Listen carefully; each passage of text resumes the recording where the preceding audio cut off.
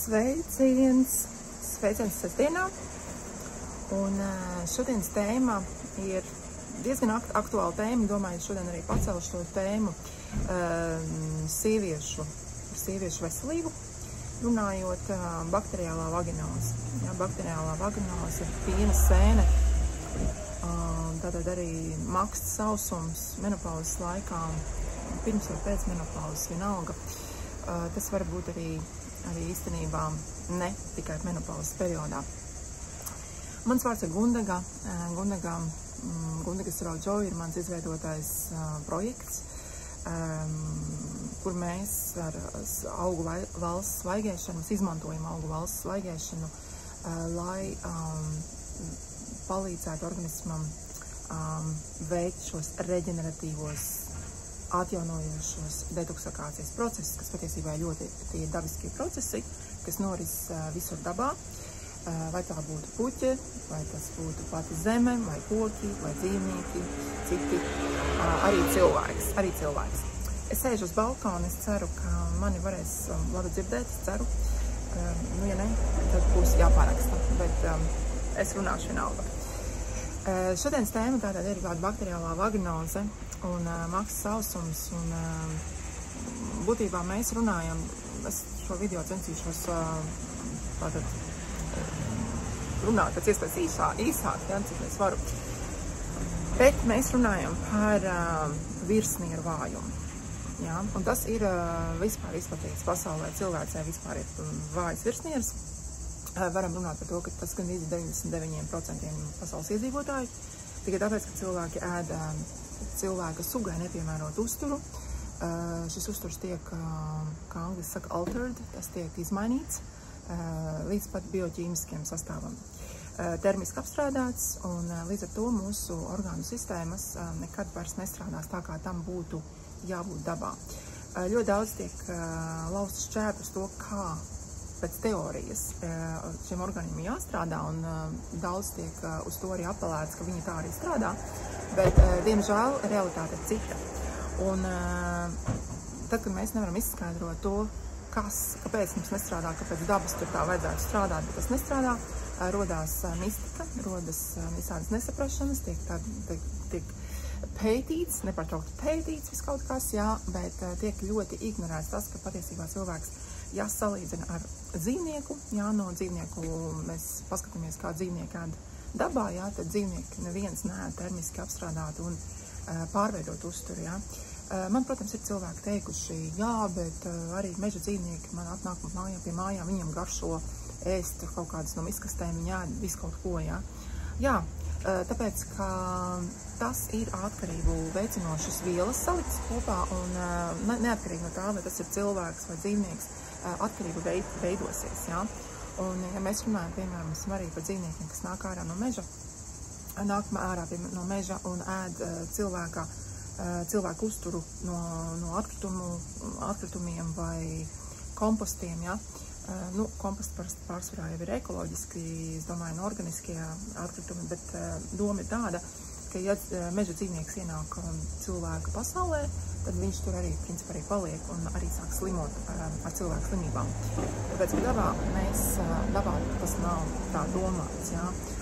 Lūk, un jā, kāpēc tāds ievads varbūt ir par to uzturu, tāpēc, ka tas viss tomēr vairāk vai mazāk ir saistīts ar uzturu, jā, arī mūsu stresa situācijām tiek galā, tātad mūsu domāšanas veids, mūsu mentālās stadijas, depresijas, visas tās lietas mēs varam asociēt arī ar uzturu.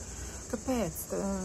Tāpēc, ka uzturs, ko jau es pieminu, jā, tas, kas ir pārmainīts uzturs, tas, kas ir termiski apstrādāts, kas ir pārveidots, jā, tas ļoti agresīvi darbojās uz mūsu endokrīniem dziedzeriem, jā.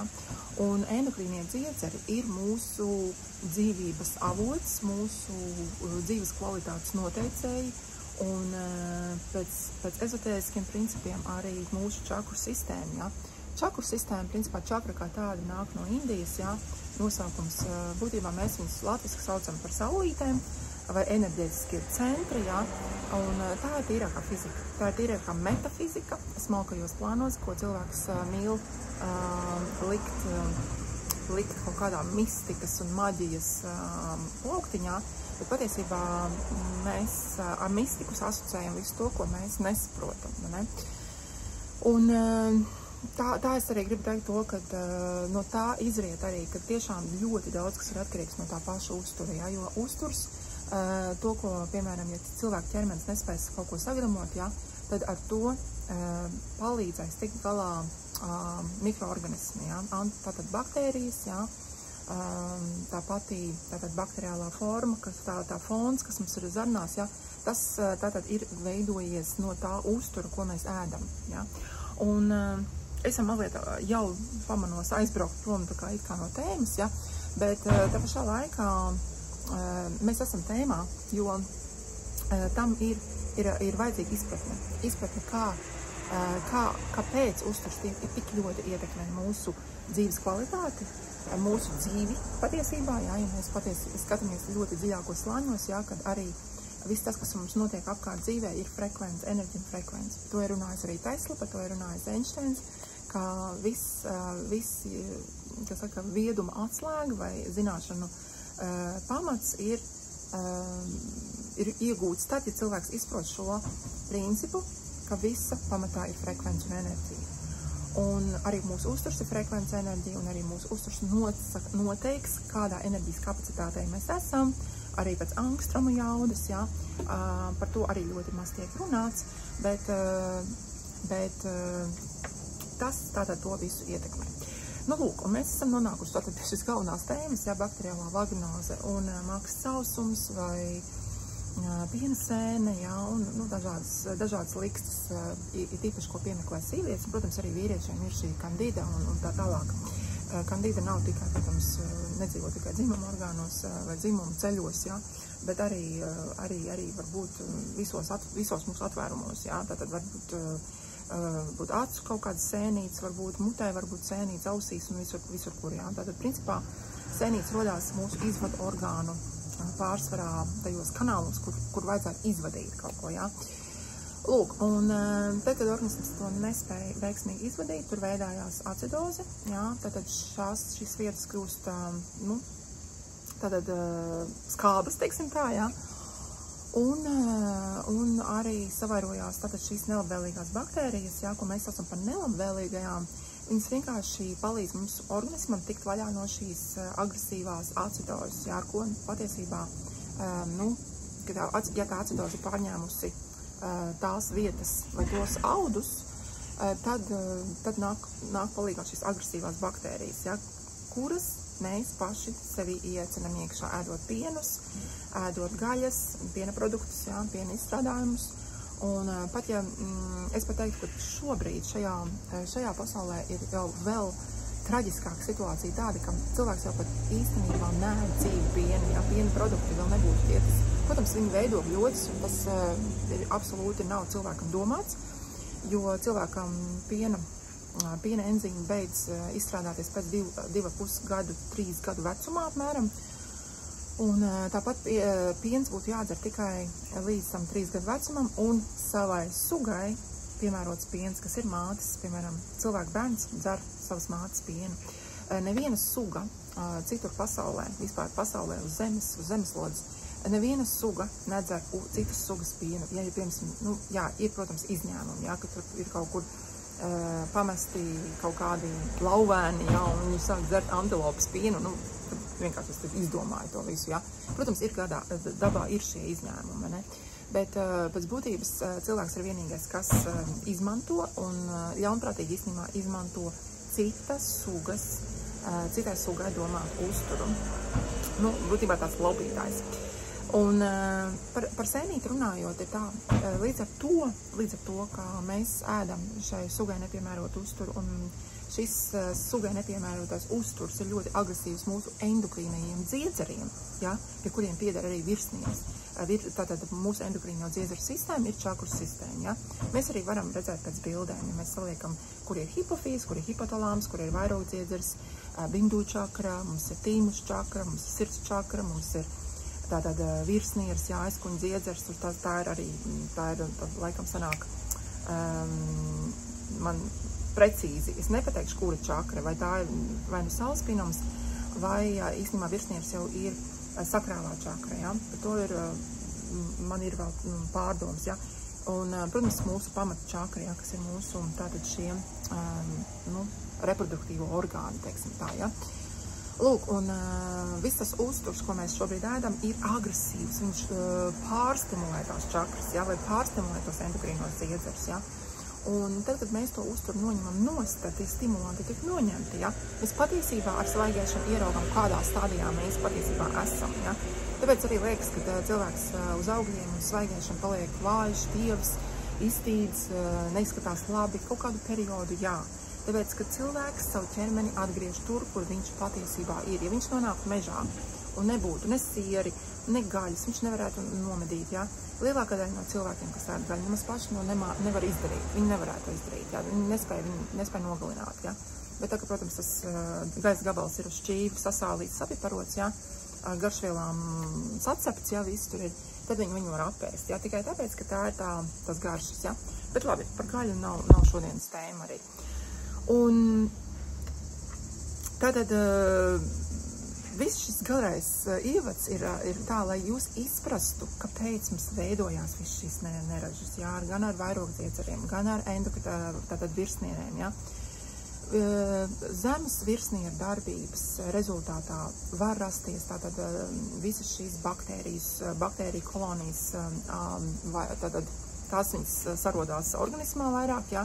Pirmkārt, tāpēc, ka viņām ir jātiek galā ar to acidozi, kas ir, jā, bet arī, ja cilvēks neatpūšās, piemēram, sieviete neatpūšās, jā, vai pieņemsim, ir aktīva, piemēram, dzimumzīve, jā, un ir aktīva dzimumzīve, ir varbūt mēneša reizes, tad ir nogurums, jā, un tas viss spēlē lielu lomu, tātad novājina virsnieres un var savairoties tātad šī bakteriālā vaginoze, jā, tātad var būt, tātad šīs baktērijas var savairoties, jā.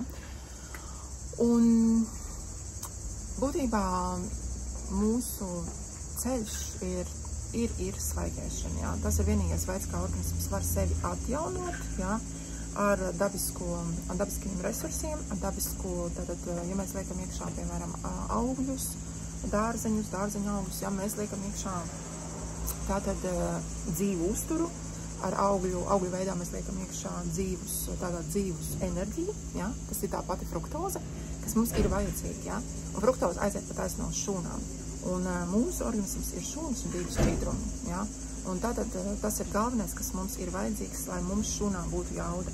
Un pat pie vājām virsnierēm, kādas ir arī manā situācijā arī tā ir situācija, kas ir man aktuāla, jā. Es varu dzīvot ļoti veiksmīgu dzīvi, arī bez zālēm, bet ēdot augļus, jā, tikai paliekot uz augļiem. Protams, ir salāti, bet es skatos arī, lai procentuāli man būtu vairāk augļi. Ja es arī ēdu, piemēram, kaut kāds salāts, varbūt ir arī veids, kas kaut kā apēdu termiski apstrādāt dārzeņu veidā, jā.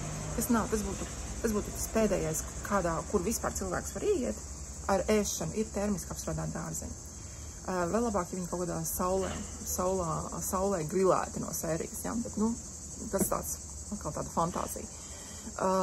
Tad ir tā, ka es kompensēju. Man organisms prasa vairāk dzert sulas, vienkārši kompensēt, tātad hidrēt, ja? Tātad beigās ir tā, ka es vairs nemīlu ēst termiski apstrādātus arī dārzeņus, vai pat pārāk neaizraujos ar salātiem, tikai tāpēc, ka man pēc tam gribas dzert. Vienkārši ir kas lāpst, jā. Lūk, un tādās situācijās, kad ir bakteriālā vaginoze, es iesaku ļoti labi palīdz rīcineļus, piemēram, var paskalot vai, pasmērēt ar rīcineļu, kas sajaukta ar organisko, ekoloģisko, tātad tejas koka eļļu, jā, ēterisko, var eikaliptu eļļu pielikt, jo tās ir pret sēnītēm, pret baktērijām, tas palīdz tā kā cīnīties ar tām. Un iet izgulēties, jā, vienkārši izgulēties, ļaut sev, dot savam organismam iespēju atpūsties. Tas ir ļoti, ļoti, ļoti svarīgi. Jūs pamanīsiet, ka pēc labas atpūtas jums arī uzlabojās situācija tieši ar šo problēmu. Un, protams, mums ir jāstiprina virsnieris, jā, un virsnieris atbildīgs ir arī par nieru darbību. Un, ja, piemēram, nieras nefiltrē, ko mēs mūsu grupiņās, ar ko es strādāju, mums ir arī ilgtermiņa grupa man ir, kur mēs strādājam ar cilvēciņiem ceļā, ejam gaismas ceļu uz veselību, ar svaigēšanu un augļēšanu, un mēs ejam visam šim cauri ar manā vadībā, tā kā uzraudzībā, jā. Un ļoti, ļoti veiksmīgi mēs pamanamies iziet šīm visām lietām cauri, un pat esam novērsuši arī pilnīgi tādas lietas, kā tās nelabvēlīgās šūnas, jā, kas ir saucās arī tās abnormāls cēls zemes kaklā, jā. Tas ir tikai tāpēc, ka mums ir jāstiprina virsnieris. Virsnieris cīnās tātad ar iekaisuma procesiem, atbild par iekaisumu, tātad pret iekaisuma procesu darbināšanu. Ja virsnieris ir vājas, tad ir jāguļ. Ja, tad mums ir jādod šis resurss organismam atpakaļ, jā, kaut vai miega veidā. Un jāēd vairāk arī augļi. Ja, tad augļi dod šo enerģiju.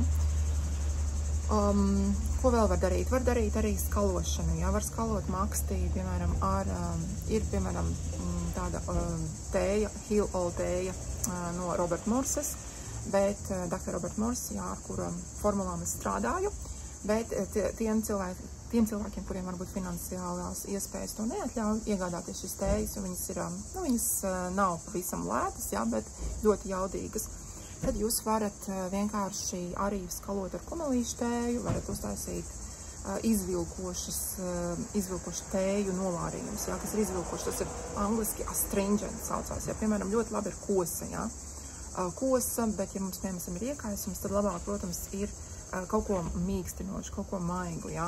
Tātad tā var būt kumelīšu tēja, tā var būt pat liepziedu tēja, jā, savā ziņā, vīgriezes, jā, te var būt tātad šī altejas tēja.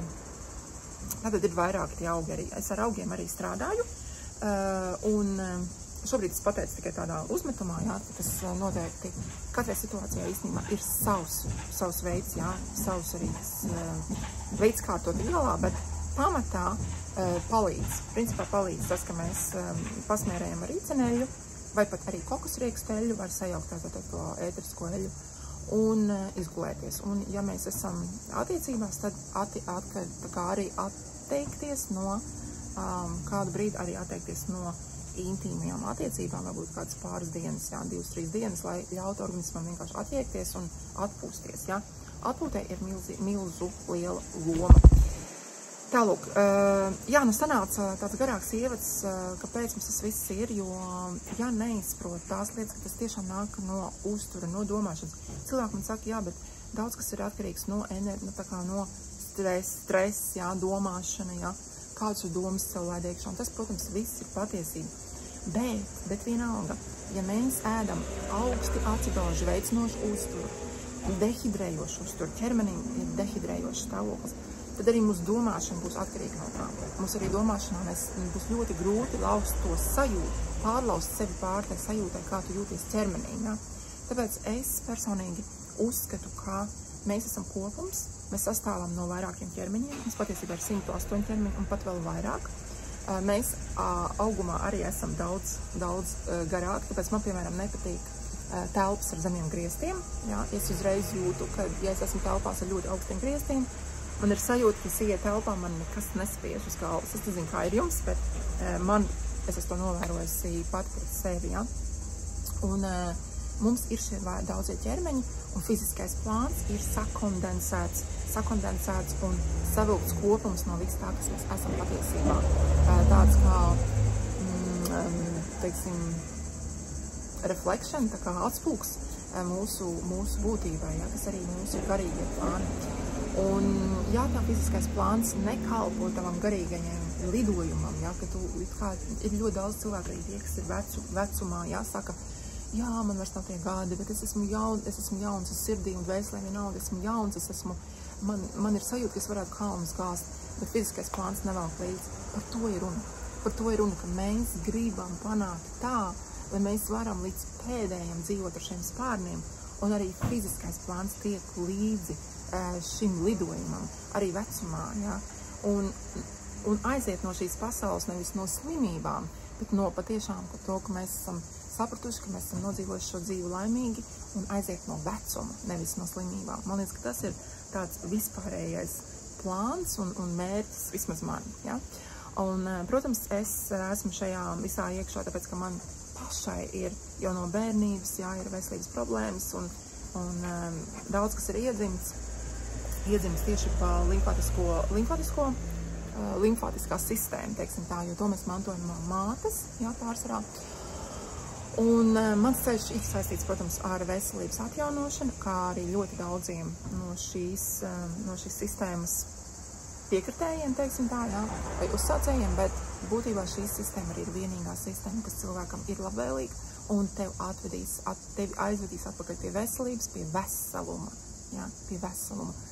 Tāpēc, ja tu gribi pamēģināt, ja tu gribi pastrādāt ar mani, piedalīties kādā no augļēšanas izaicinājumiem, piesako mūsu kanālam, tātad YouTube kanāls, tātad man ir kanāls arī Telegramā, jā, Svaigēšanas prieks ar Gundagu. Un es visu laiku īstenībā jaucu to nosaukumu, viņš ik pa laikam bišku mainās, bet jā, Telegram kanāls tātad arī ir mums publiskais, ja. Un jā, un tu esi laipni lūgts vienkārši pievienoties mūsu ilgtermiņa grupā, kur mēs esam, kā mums ir izveidojies ļoti jauka mīļa ģimene, tāda virtuālā ģimene, svaigādā ģimene, kur katrs iet savu gaismas ceļu individuāli un kopā, ja. Tur aiz rokas neviens netiek vilkts, tur neviens netiek īpaši stimulēts vai kaut kur grūsts, jā, vai vilkts. Visi dara to savā tempā, tur ir ļoti daudz informācija tieši par veselību, tieši par šo detoksikācijas reģeneratīvā detoksa, no reģeneratīvā detoksa viedokļa varētu teikt, jā. Un katrs iet šo ceļu pats, mums ir instrukcijas, ir vadlīnijas, pēc kurām vadīties, un tu piemēro savai situācijai, to, kas tev der vislabāk, jā. Un mēs tur tiekamies ik nedēļu, Zoom sapulces ir, jā, pagaidām vienreiz nedēļā, bet es gribētu izveidot, ka būs arī 2 reizes nedēļā, jā, bet tas ir, jo vairāk būs cilvēki, jo vairāk būs pieprasījums, jo lielāk iespēja, ka es izveidošu to, ka tas būs arī 2 reizes nedēļā tikšanās, jā. Un visiem tiem, kas piedalās ilgtermiņa grupā, tātad šajā ilgtermiņa mentoru programmā Svaigēšana, reģeneratīvais detoks ar svaigēšanu, arī pēc 3 mēnešiem iegūst par brīvu visi izaicinājumi. Tātad tie, kas ir paredzēti, kas notiek, šī grupiņa var izmantot pilnīgi par baltu velti. Ja? Tālūk, tas ir iekļauts. Ja? Tālūk, tas bija tāds, ne īss video, bet es centos tā kā no tā savilkt to visu kopā, lai jūs rodas tā izpratni, ja? no kāpēc veidojās visi šīs iekaisuma procesi, jā, un ir īpaši šis nepatīkamais bakteriālā vaginoze. Es pati esmu savā dzīvē ļoti daudz izdzērusi to vienu tableti, kurš it kā novērš to problēmu, bet patiesībā tā tableta nokauj arī labās baktērijas, un īstenībā problēma turpinās, jā. Un es pavisam nevarēju saprast, kas ar manīm notiek, kāpēc es nekad netiku uz ceļa, pat arī tad, kad es biju celibātā, jā, kad it kā jau nekas nebija. Un tad es sapratu, ka mani izvilka no tā ārā svaigēšana, augļēšana un atpūta. Ja? Svarīgi sevi nenodzīt arī šajā periodā. Un lielākai daļai, es teiktu, gan visiem cilvēkiem uz šīs zemes ir tātad virsnieru vājums, ja? Un zemī asinsspiediens. Sākumā tas asinsspiediens var būt augsts, bet mēs virsnieru tātad vājumu nosakam pēc asinsspiediena. Tālūk, mīlīši, paldies jums, ka jūs bijāt, ka jūs paklausījāties, un ceru, ka kaut kas no šī visa noderēja. Ja tev šis video patika, uzliec laiku, uzliec patīk, ja nepatīka, tad varbūt patiks nākamais. Droši piesako, lai sakot līdzi jaunākajiem video. Un jā, mēs tiekamies nākamreiz. Visu labu!